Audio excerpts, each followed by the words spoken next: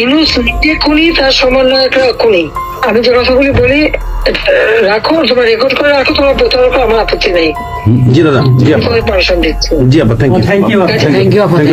Design করে সে মানুষ হত্যা করে মানুষের লাশের উপর পা দিয়ে সংবিধান লঙ্ঘন করে অবৈধভাবে তারা ক্ষমতা আসছে। আসসালামু আলাইকুম ওয়া রাহমাতুল্লাহি ওয়া বারাকাতুহু। দর্শক মণ্ডলী, আপনাদের মাঝে আবারও নতুন একটি ভিডিও নিয়ে চলে এলাম। দর্শক মণ্ডলী, আপনারা খুবই মনোযোগ দিয়ে ভিডিওটি দেখবেন। দর্শক মণ্ডলী, ভিডিওটি হলো আমাদের সাবেক প্রধানমন্ত্রী শেখ হাসিনা, তার আবারও কিন্তু ফোন রেকর্ড ফাঁস হয়েছে। এই কল রেকর্ডের ভিতরে তিনি কি বলেছেন?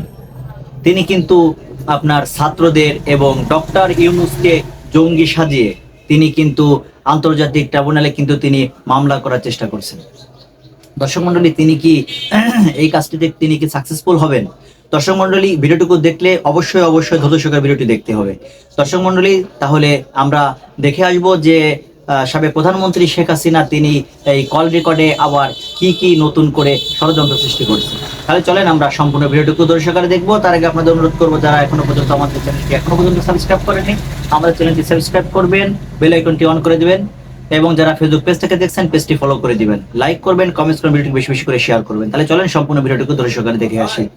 ডিজাইন করে সে মানুষ হত্যা করে মানুষের লাশের উপর পা দিয়ে সংবিধান লঙ্ঘন করে অবৈধভাবে তারা ক্ষমতা আসছে।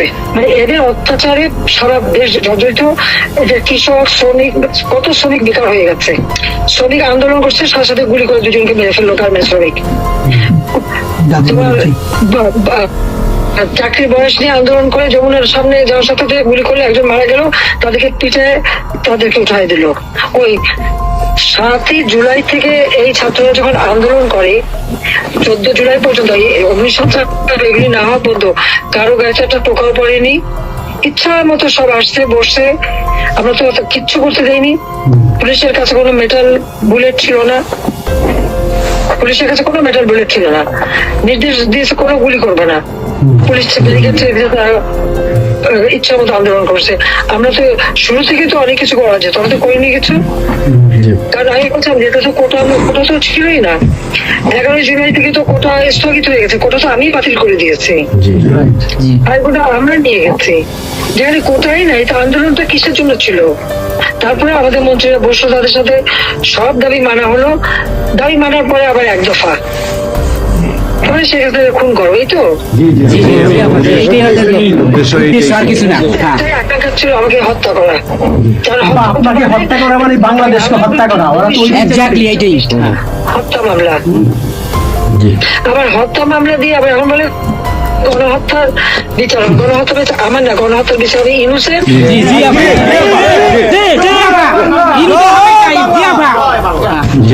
এই সমস্ত খুনের দায় দায়িত্ব ইউনূসকেই নিতে হবে, আর তার সমন্বয়করা। সে যে হত্যার সঙ্গে জড়িত প্রমাণ পাওয়াই যায়।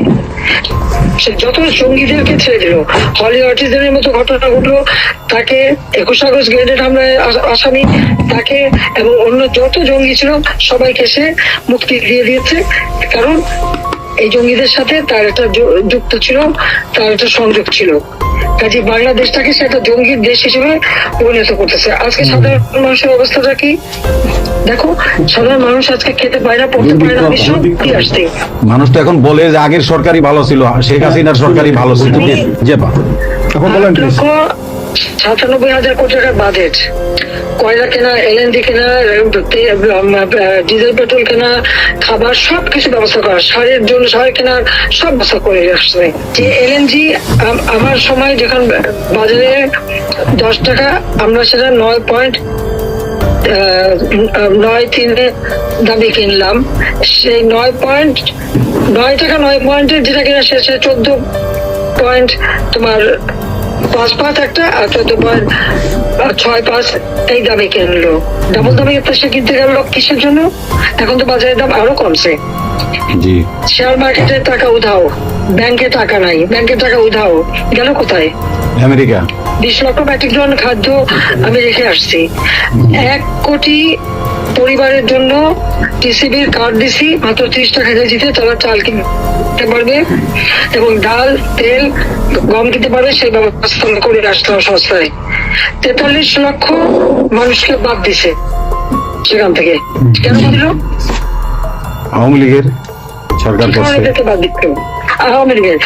তার মানে তুমি আরেকটা চেষ্টা করো, 43 লক্ষ আওয়ামী লীগ পেল, তখন তো 1 কোটি ছিল, তো বাকি তো অন্য দলের। আওয়ামী লীগ তো দল দেখে নাই, আওয়ামী লীগ দেখছে যারাই আবেদন করছে তাদেরই দিয়েছে, সে যে দলমত নির্বিশেষে সবার জন্য। আওয়ামী লীগ মানুষের জন্য করে, এটা আওয়ামী লীগ সরকার করছে এর জন্য আপা। আজকে ছাত্রদেরকে সেটা বিভ্রান্ত করছে। এখন সাধারণ ছাত্রছাত্রীরা যারা এই বিভ্রান্ত এই খুনের সাথে যুক্ত, আমি তাদেরকে বলবো, তাদেরকে আবেদন করেছিলাম, বুঝতে পারছেন না যে কি হচ্ছে, আপনাদের বাচ্চাদের আসতে দিয়ে, তারা দিয়েছে বাচ্চাদের আসতে। অনেকে তো আপনাদের হারালো, তখন যদি আমার কথাটা শুনতো তো আহত হতো না। তা আজকে তারা নিশ্চয় উপলব্ধি করতে পারছে, সেটা আমি বলবো যে এখন যারা এই সাধারণ ছাত্রছাত্রী দাবি যাদের সঙ্গে যুক্ত হয়েছিল তাদের প্রতি আমাদের কোনো ক্ষোভ নেই, কিচ্ছু নেই, তারা লেখাপড়া করতে আমরা সেটা চাই। কিন্তু আমার কথাটা হচ্ছে, আমাদের ছাত্রলীগ করাটা কি অপরাধ? আওয়ামী লীগের সন্তান হচ্ছে তার জন্য কি অপরাধ? তাদের পরীক্ষা দিতে দেবে না, ভাইবা দিতে দেবে না, ইউনিভার্সিটিতে যেতে দেবে না, স্কুলে যেতে দেবে না, কলেজে যেতে দেবে না। What is this? আর এই ছেলে পেলেদেরকে কিভাবে বেয়াদব বানিয়েছে? স্কুলের প্রিন্সিপাল, টিচার তাদেরকে তার জুতোর মালা পরায়, গাছের সাথে বাঁধে, তাদেরকে দিয়ে রিজাইন করায়। লাঠি সোটা নিয়ে জীবন, আমি জানি পৃথিবীতে কোনো দেশে এই ঘটনা ঘটছে কিনা। চিফ জাস্টিস, তার বাড়ি হামলা, চিফ জাস্টিসের হামলা, যাদের আত্মসম্মান বোধ আছে তারা থাকে না, উনি সাথে সাথে রিজাইন করে দিছে। কতজন মানে জজ তাদেরকে এজলাসে ঢুকতে দেবে না, তাদের রিজাইন করার জন্য চাপ দিছে, রিজাইন করে না থেকে তাদেরকে কোনো কোর্ট দিতে না, তাদেরকে বাতিল করে দিয়েছে। ইলেকশন কমিশনকে বাতিল, আমাদের মানবাধিকার কমিশনকে বাতিল, আমাদের পাবলিক সার্ভিস কমিশন বাতিল। চাকরি দিতে পারছে না, চাকরি দিতে পারছে না, পাবলিক সার্ভিস কমিশন অচল করে দিয়েছে। এই ছেলেপেলেরা যাবে কোথায়? আজকে তারা কাজ করার সুযোগ নেই, একের পর এক ইন্ডাস্ট্রি বন্ধ, আগুন দিয়ে পুড়িয়ে দিয়েছে ইন্ডাস্ট্রি অথবা বন্ধ করে দিচ্ছে। ব্যবসায়ীরা টাকা আনতে পারেন না, যারা খাবার আমদানি করতে তারা বিদেশে যেতে দিচ্ছে, তাদেরকে হ্যারাস করা হচ্ছে। ইনশাআল্লাহ হয়তো একদিন ইনশাআল্লাহ তার হবে, ইনশাল্লাহ। আপা 152 জন সমন্বয়কের মধ্যে ওর বিচার আমি করব। একজনকেও কিন্তু গুলি করা হয় নাই বা কেউ গুলিবিদ্ধ হয় নাই, গুলিবিদ্ধ হয়েছে সাধারণ জনতা। তার মানে ওরা মারছে এগুলোকে। ইন্ডেমনিটি দিয়েছিল 15 বছর হত্যাকারীদের। আমি বলছিলাম বিচার করবো, আমি বিচার করি নাই, করছি ইনশাল্লাহ। ইনশাল্লাহ দেশে বিচার হবে ইনশাল্লাহ। অবশ্যই অপরাধীদের বিচার, জাতির বিচার শুরু করেছিলেন জিয়াউর রহমান এসে সে বিচার বন্ধ করে দেয়। এই যুদ্ধ অপরাধীদের উপদেষ্টা বানায়, মন্ত্রী বানায়, প্রধানমন্ত্রী বানায়। খালেদা জিয়া তাদেরকে মন্ত্রী বানায়, এরশাদ তাদেরকে এমপি বানায়, আবার বানায় কি বলে রাজনীতি করার সুযোগ দেয়, রাষ্ট্রপতি পদে প্রার্থী করে। খালেদা জিয়া ভোট চুরি করে এই খুনিদেরকে পার্লামেন্টে বসায় রচিত্রে। আমি বলছিলাম আমি বিচার করবো, আমি বিচার করতে পারছি, আল্লাহ আমাকে সেই সুযোগ। এই ছাত্র হত্যার জন্য, জনগণ হত্যার জন্য, পুলিশ হত্যার জন্য আওয়ামী লীগের নেতাকর্মী এবং মাইনরিটি, হিন্দু, বৌদ্ধ, খ্রিস্টান কেউ বাদ যায় নাই। আক্রমণ করছে, হিন্দুদের বাড়ি ঘর মন্দির ভাঙছে, বুদ্ধিস্টদের প্যাগোডা ভাঙছে, সেখানেও তাদের ছেলেদের হত্যা করছে সেই খাগড়াছড়ি এবং রাঙামাটিতে। প্রত্যেকের উপরে এরা হামলা করছে, করে করে তাদেরকে মারছে। মাইনরিটিদের উপরে যে অত্যাচার, আবার দাবি উঠায় কি ইসকন নিষিদ্ধ করতে হবে আর সংবিধান থেকে সেকুলার শব্দ বাদ দিতে হবে। কেন বাদ দিতে হবে? এই সংবিধান জাতির পিতা দিয়ে গেছেন, এটা লাখো শহীদের রক্তের বিনিময়ে পাওয়া। এদের কলমের কত জিয়াও এটাকে নিয়ে খেলছে, এসবও করছে, খালেদা জিয়াও করছে, কিন্তু আবার আমরা সেই সংবিধান ফিরিয়ে এনেছি, মানুষের অধিকার আমরা নিশ্চিত করেছি। এবং এই সংবিধানেরই 7ম অনুচ্ছেদের গ, অবৈধভাবে অনির্বাচিত কোন কেউ যদি ক্ষমতা যায় তাহলে তার বিচার হবে ইউনূস। তার কোনো সাংবিধানিক ভিত্তি নাই, সে অসাংবিধানিক ভাবে অবৈধভাবে ক্ষমতা দখল করছে।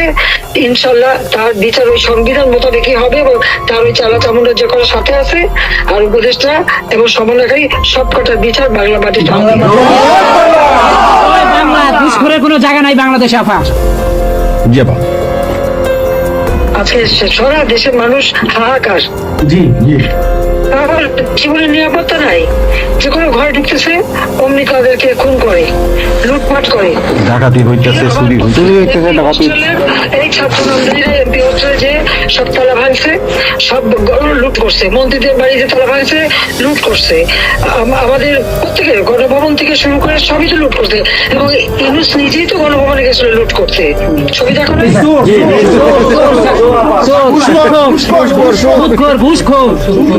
আপা আপনি গোপালগঞ্জে চলে আসেন, কোনো সমস্যা নাই, আমরা আছি আপনার সাথে। সবাই যাবো আমেরিকা থেকে, সবাই আমরা যাবো আমরা গোপালগঞ্জে কথা শুনি, কথা শুনি। বাংলাদেশে ইনশাআল্লাহ। স্বেচ্ছায় কারাবরণ করবো দরকার জি আপা। হ্যাঁ জি আপা, বলেন প্লিজ।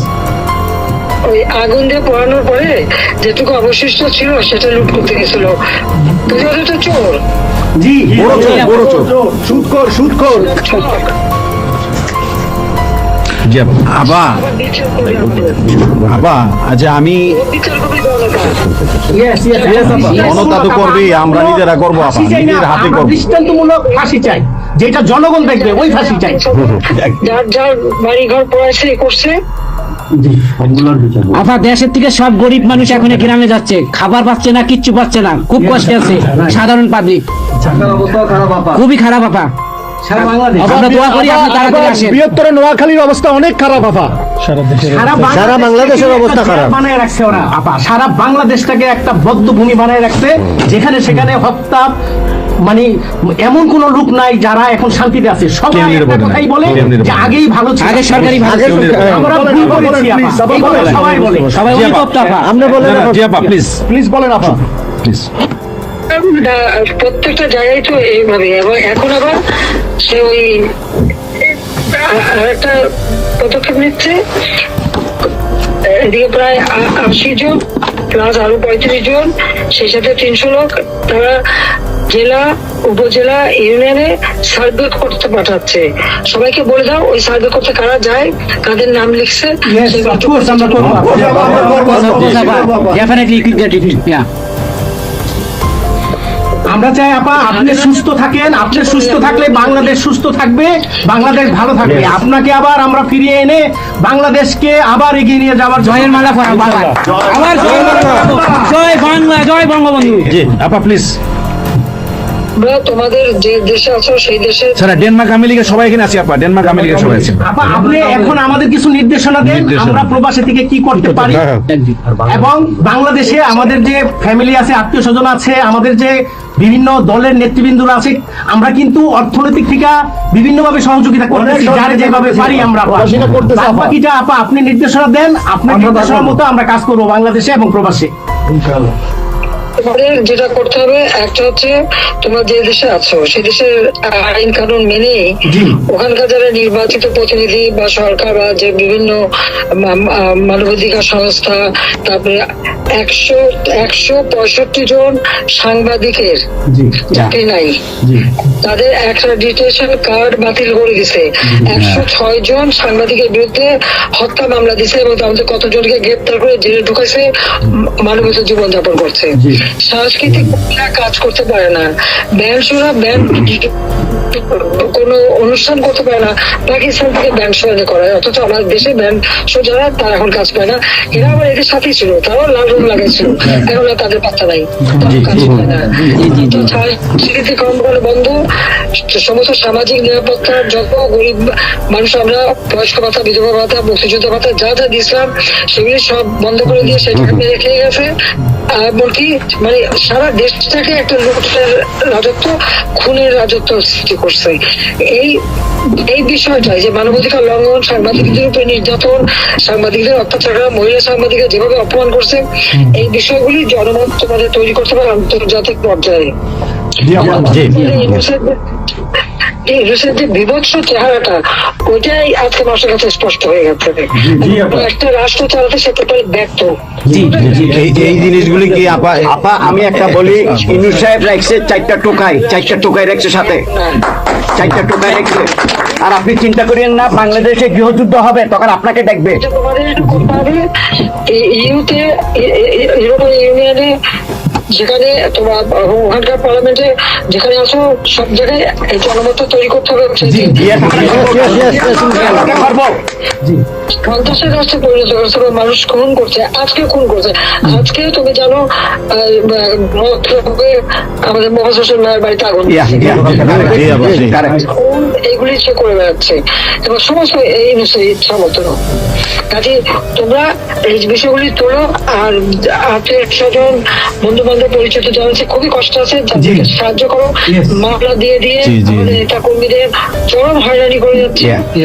তাদেরকে সহযোগিতা করা, এই যে আইনজীবী ঠিক করা এবং আন্তর্জাতিক ভাবে কিভাবে মানে এদেরকে জনমত সৃষ্টি করা এবং সরকার যে অপকর্মগুলি করছে সেগুলি তুলে ধরা, এই কাজগুলি তোমাদের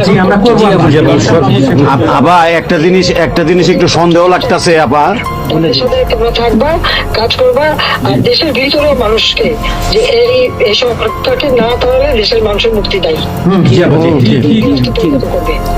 হ্যাঁ আবার আমি একটু একটা কথা বলতে চাই, একটা জিনিস একটু সন্দেহ লাগতেছে যে পাকিস্তান থেকে যে শিপের মধ্যে কতগুলি কন্টেইনার আসলো, এটা কেন এবং এত দ্রুত ওরা কিভাবে পাকিস্তানের সঙ্গে ব্যবসায়িক সম্পর্কটা গড়লো?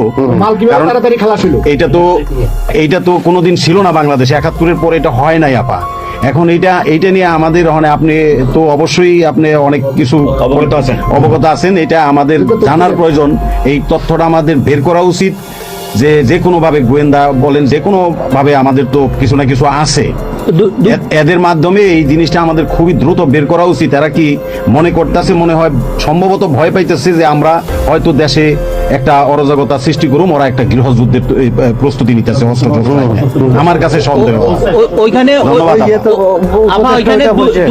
দুজন যে মাল ডেলিভারি করে ওই জায়গাতে কন্টেনারের ওইখানে 2টা লোকের চাকরি চলে গেছে।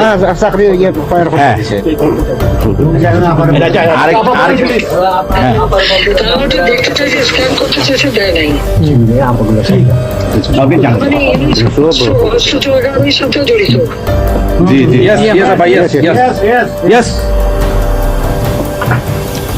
আপা এই দেশটাকে তো ওরা আবার সেই পাকিস্তানের পর্যায়ে নিয়ে গেছে, আমাদের এই দেশটাকে আবার উদ্ধার করতে হবে ইনশাল্লাহ। এই জন্য আমাদের যা করতে হবে প্রবাসী এবং দেশে, আপা আমরা যারা বাহিরে আছি আপা, আমরা প্রয়োজনে দেশে গিয়ে আবার ওই মুক্তিযুদ্ধ আমরা দেখি নাই ৭১-এ, আমরা নতুন মুক্তিযুদ্ধে আমরা অংশ নিব আপা ইনশাআল্লাহ। এই দেশকে উদ্ধার করতেই হবে আপা আমাদের। একটা শুনি জি আপা বলেন। আচ্ছা আপা আমরা শেষ করবেন। আমরা ডেনমার্ক আওয়ামী লীগের পক্ষ থেকে এই জায়গায় আমরা যারা আছি, আমাদের বয়োজ্যেষ্ঠ নেতৃবৃন্দ আছে। হ্যাঁ, ডেনমার্ক আওয়ামী লীগের বয়োজ্যেষ্ঠ নেতৃবৃন্দ আমরা এখানে উপস্থিত আছি। আমরা আজকে প্রতিবাদ সভা ডেনমার্ক আওয়ামী লীগের এই ইউনূস সরকারের যে এই যে অগণতান্ত্রিক কাজ, এই সন্ত্রাস ইউনূসের যে অগণতান্ত্রিক কাজ, তার বিরুদ্ধে আমরা মাফিয়ার বিরুদ্ধে আজকে প্রতিবাদ সভা হচ্ছে। সেই জায়গাতে আমাদের ডেনমার্ক আওয়ামী লীগের উপস্থিত আছে বাবু সুভাষ ঘোষ, আমাদের আপনি জেনে থাকবেন সবাই নামই, লিঙ্কন ভাই, লিঙ্কন মোল্লা, খোকন মজুমদার, আমাদের নঈম বাবু, আমাদের স্বামী দাস, আমাদের অবশ্যই মোহাম্মদ শহীদ, আমাদের মাহবুর রহমান, এখানে লিমন, তারপরে আমাদের সাব্বির, তারপরে উপস্থিত আছেন আমাদের শামীম খালাসি, বোরানুদ্দিন, আমাদের মাসুদ চৌধুরী, স্বামী দাস, হিল্লোল বড়ুয়া, লিমন, অনেক নেতাকর্মী দাদা আপা, অনেক নেতাকর্মী উপস্থিত আছে। আমরা আপনার জন্য আজকে দোয়া করবো, দুহাত তুলে আপনার দীর্ঘায়িত কামনা করছি। আগামীতে আপনাকে সুস্থ থাকতে হবে, আপনার মাধ্যমেই বাংলাদেশকে আমরা ঘুরে দাঁড়াবে। যেমনি হবে আমরা 1981 সালে আপনি সেই বাংলাদেশের হাল ধরেছিলেন, বাংলাদেশের মানুষের গণতন্ত্র, বাংলাদেশের মানুষের মুখে হাসি ফুটে নিয়ে আসছিলেন, আপনার মাধ্যমে আমরা ইনশাল্লাহ ওই দিনে আগামীতে ওই দিন ফিরে আনবো।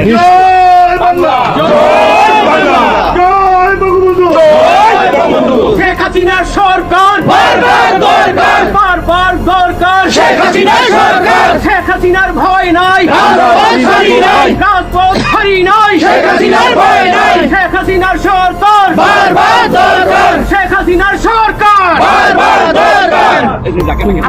আপনি দেখেন একটা ঠিক শুনে বলুন প্লিজ, বলেন প্লিজ, বলেন। আপনি তো বিজিএম নিও। জি হ্যাঁ আপা, আরেকটা জিনিস আমি জিজ্ঞেস করি আপনাকে, এত বড় একটা ঘটনা আপা আমাদের উপর ঘটে গেল, আপা আমার আমাদের গোয়েন্দারা কি করছে আপা? এই প্রশ্নের অ্যান্সার আবার দিয়েন না, আমাদের সাংগঠনিক অ্যান্সার যেটা হয়েছে, আমরা যেহেতু রেকর্ড করেছি এই অনুষ্ঠানটা, সেই এই পর্যন্তই থাক, আমাদের মনে বলে ভালো। এই পর্যন্ত আমরা শেষ করছি, আপনাকে আবার ধন্যবাদ, আপনার জন্য দোয়া করছি, আপনার দীর্ঘায়িত কামনা করছি আপা। আপা আপনি শেষ করুন, আপনি শেষ করুন আপা, তারপরে আমরা শেষ। জি আপা, আমরা শেষ করছি। হ্যাঁ, রেকর্ডিং বন্ধ। ধন্যবাদ। রেকর্ডিং বন্ধ করেন, সবাই রেকর্ডিং বন্ধ করেন। সবাই রেকর্ডিং বন্ধ করেন। রেকর্ডিং বন্ধ করেন। বন্ধ করেন। রেকর্ডিং বন্ধ করেন। রেকর্ডিং বন্ধ করেন। সময় ধরে আপনারা সম্পূর্ণ ভিডিওটুকু ধৈর্য সহকারে দেখেছেন, সেই জন্য আপনাদের অসংখ্য ধন্যবাদ। দর্শক মণ্ডলী, আপনারা দেখেছেন যে আবারও শেখ হাসিনার ফোন রেকর্ড ফাঁস হয়েছে এবং তিনি এই কল রেকর্ডে কি কি কথা বলেছেন সে কথাগুলো কিন্তু আপনারা মনোযোগ দিয়ে শুনেছেন এবং আপনারা সেই কল রেকর্ডটুকু শুনে সম্পূর্ণ বিষয়টুকু ভালোভাবে বুঝতে পেরেছেন যে তিনি আবারও কি করতে চাচ্ছেন। দর্শক মণ্ডলী, তিনি আসলে যে কথাই বলছেন না কেন সে কথাগুলো কিন্তু বাস্তব হয়ে যাচ্ছে, সে কথাগুলো কিন্তু ফাঁস হয়ে যাচ্ছে এবং তার সে কল রেকর্ড কিন্তু ভাইরাল হয়ে যাচ্ছে। দর্শক মণ্ডলী, তাহলে আজকের মতন ভিডিও এখানে শেষ করছি। সকলে ভালো থাকবেন, সুস্থ থাকবেন। আল্লাহ হাফেজ।